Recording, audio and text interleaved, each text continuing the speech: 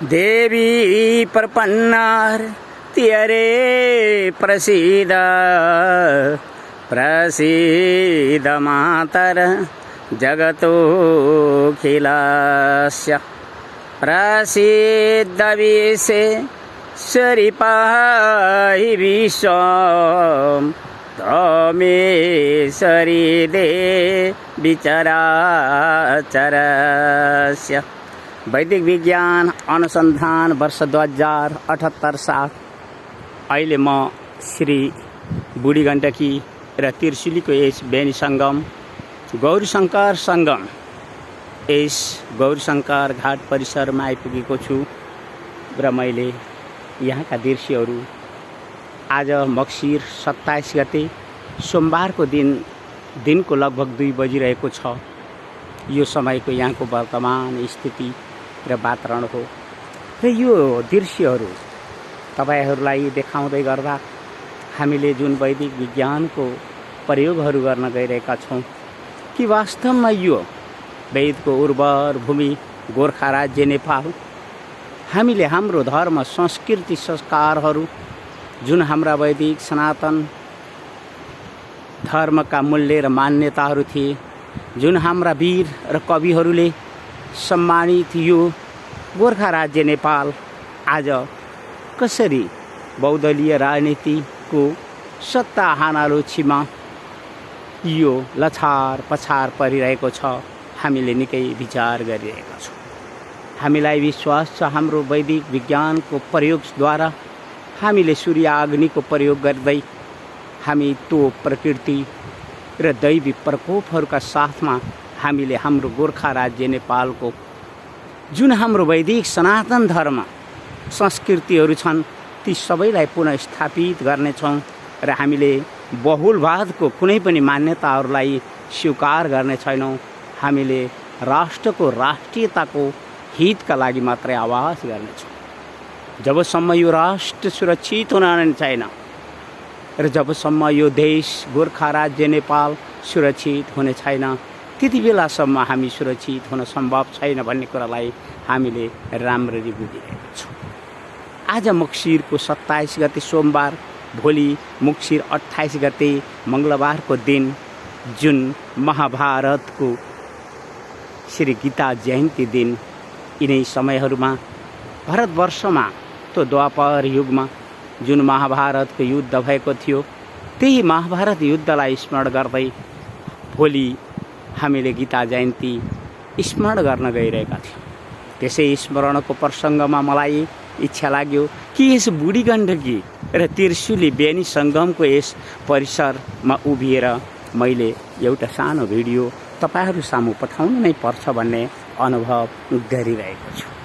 र यी दृश्यहरू हेर्नुहोस्, अहिले हाम्रो यी त्रिशुली र बुढी गण्डकीको सङ्गम क्षेत्र कति शुद्ध जलहरू निर्मल बगिरहेका छन् र हामी यी दृश्यहरूसँग जुन अहिले तपाईँहरू देख्दै हुनुहुन्छ यो माथिको श्री नीलकण्ठ महादेवको मन्दिर हो र त्योभन्दा माथि एउटा विशाल नीलकण्ठ महादेवको मूर्ति पनि बन्न गइरहेको छ।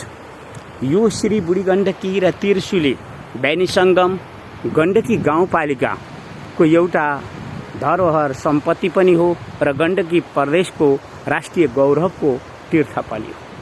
हामीले यस तीर्थलाई जनजागरण र सबैसम्म पुर्याउनका निमित्त हर प्रयास गरिरहेका छौँ। तिनै प्रयासहरूमध्ये 2078लाई वैदिक विज्ञानको अनुसन्धान र प्रयोगको रूपमा लिएर हामीले हाम्रो हिन्दू समाजभित्र देखा परेका विकृति र विसङ्गतिहरू, त्यहाँ परेका समाजलाई अन्याय गर्ने दुष्ट प्रवृत्तिहरू र ती विघ्न बाधा पार्नेहरूलाई हामीले वैदिक विज्ञानको प्रयोग गरेर देख्नु परिरहेको छ।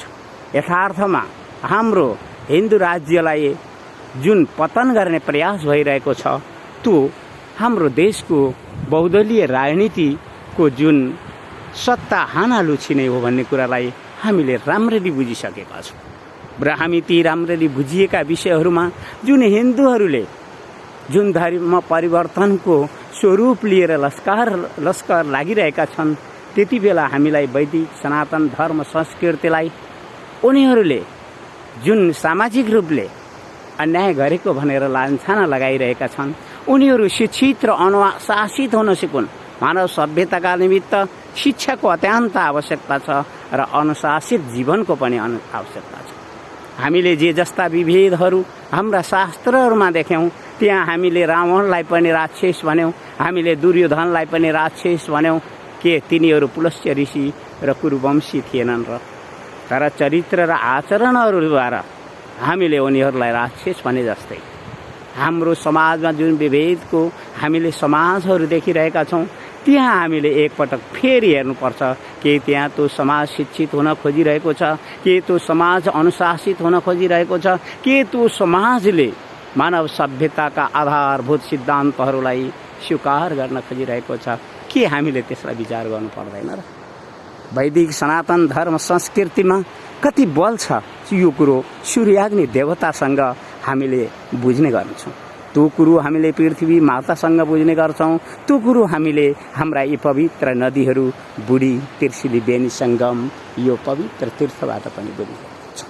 आज मैले भोलिको यस गीता जयन्ती अवसरलाई मैले यो भिडियोद्वारा स्मरण गराउन मात्र खोजिरहेको छु कि हामीले महाभारतको युद्ध एउटा विनाशकारी युद्ध थियो, तर युगान्तकारी युद्ध थियो र त्यहाँ धर्म र न्यायको वकालत भइरहेको थियो। जब जब धर्मलाई अन्याय गरिन्छ, जब जब मानव समाजका ती देवीहरूलाई अन्याय र शोषण हुने गर्दछन्, त्यति बेला हुने भनेको यिनै महायुद्धहरू। हामी त्यो युद्धको तयारीमा जानु परिरहेको छ, किनकि हामीले गोर्खा राज्यको जो राष्ट्रिय गौरवहरू नेपालको जुन बहुदलीय राजनीति पद्धतिबाट त्यो हामीले गुमाउनु परिरहेको छ। त्यस गुमाउन परिरहेको परिस्थितिमा हामीले बहुलवादको सिद्धान्तद्वारा टाउका गन्नतिर लाग्ने होइन। हामीले त यो राष्ट्रको जो राष्ट्रिय गौरवको विषय हो, जुन राष्ट्रिय गौरवको विषय भनेको यो राष्ट्र वेदको उर्वर भूमि गोर्खा राज्य नेपाल हो।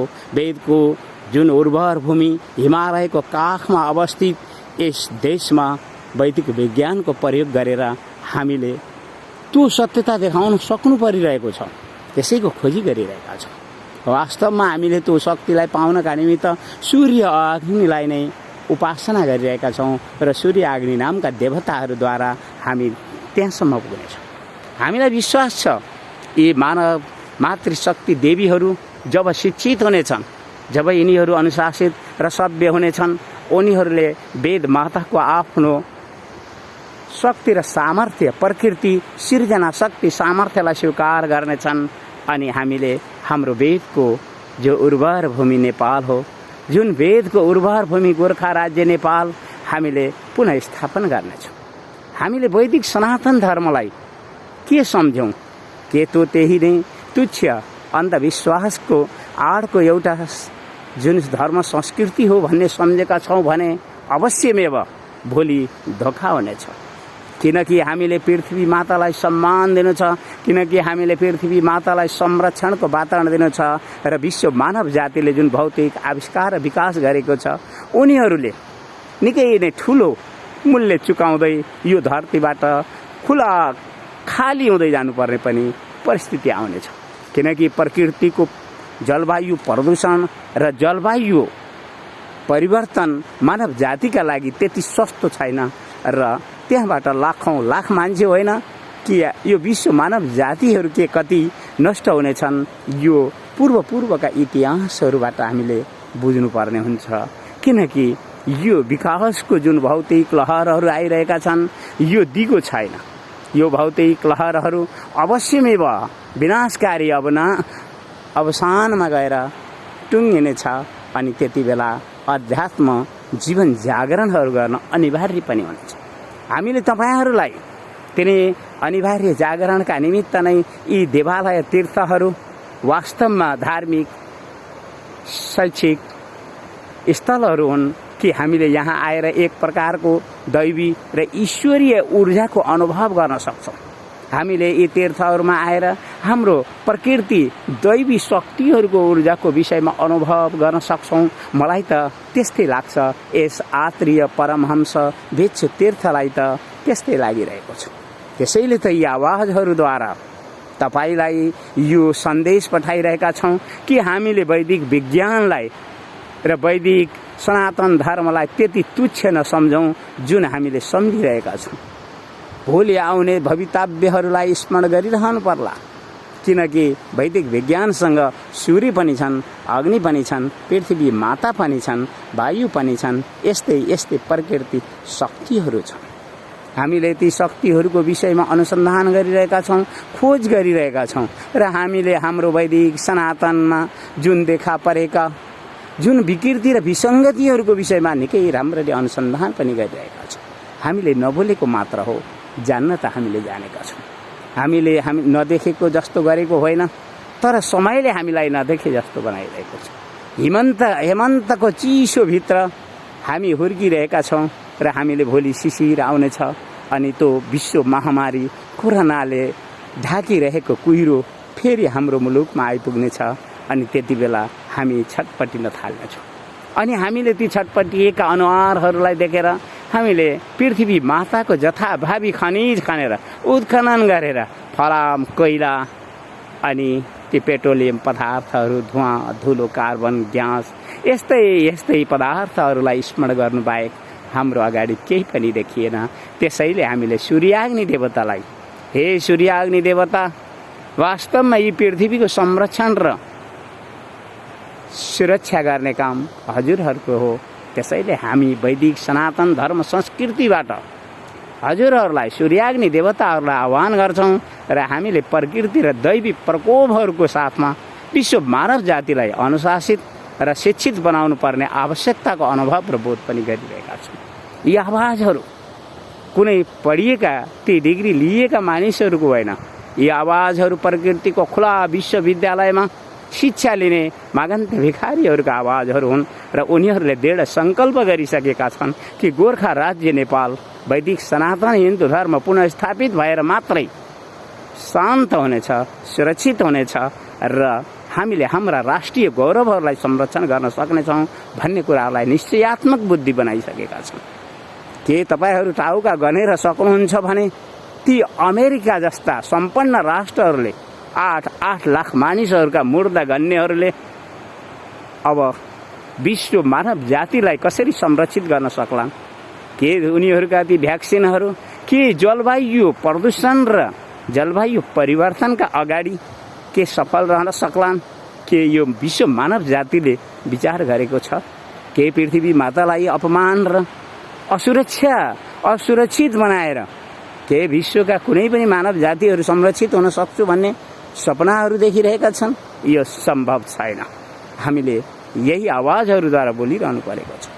हामीले जबसम्म पृथ्वी मातालाई सम्मान दिन सक्ने छैन, संरक्षण गर्न सक्ने छैन र हामीले प्रकृतिको यस विषम परिस्थितिलाई यदि हामीले बुझ्न सकेनौँ भने हामी उसै गरी समाप्त हुनेछौँ जसरी वनमा लागेको आगो डढेलोहरूमा परेका ती बिचरा पशु पन्छी, ती अन्डा अनि ती किरा फटेङ्ग्राहरूको तरह मानव जाति पनि विनाशकारी विध्वंसमा जान अनिवार्य पर्नेछ। किनकि प्रकृति आफ्नो सन्तुलन बनाउन समर्थ छ। मानव औद्योगिक विकास र यसले गरेका जति विकासहरू छन् त्यसलाई उसले केही क्षणमा नै असफल बनाएर उभिन सक्छ भन्ने कुराहरूलाई हामीले निकै अनुभव गरिरहेका छौँ। मैले यी आवाजहरू भोलि 28 गते जुन मङ्गलबारको दिन पर्न गइरहेको यस वर्षको गीता जयन्ती दिनलाई स्मरण गर्दै त्यो महाभारत र ती वैदिक विज्ञानका जुन युद्ध सामग्रीहरू अनि हामी आज जुन परिस्थितिमा हामीले जुन राष्ट्रिय गौरवका विषयहरूलाई अन्याय सहेर सहनु परिरहेको छ, हामीले हाम्रो धर्म संस्कृतिलाई अपमान सहनु परेको छ। त्यसैले यी आवाजहरू विस्फोट भइरहेका छन् र अवश्यमेव हामीले वैदिक विज्ञानको प्रयोग गरेर ती सूर्य अग्नि देवतालाई आह्वान गर्दै हामी हाम्रो राष्ट्रको राष्ट्रिय गौरव वैदिक सनातन धर्म संस्कृतिलाई पुनः स्थापन गर्नेछौँ। यो कुरा इतिहासको लागि आवाजहरू भनेर बुझिदिनु होला। यी आवाजहरू इतिहासका लागि भनेर बुझिदिनु होला। नारायणी नमस्ते। देवी प्रपन्नार तियरे प्रसिद्ध प्रसीद मातर जगतोऽखिलस्य प्रसिद्ध विश्वेश्वरी विश्वं तमेश्वरी देवी चराचरस्य। हस्त धन्यवाद।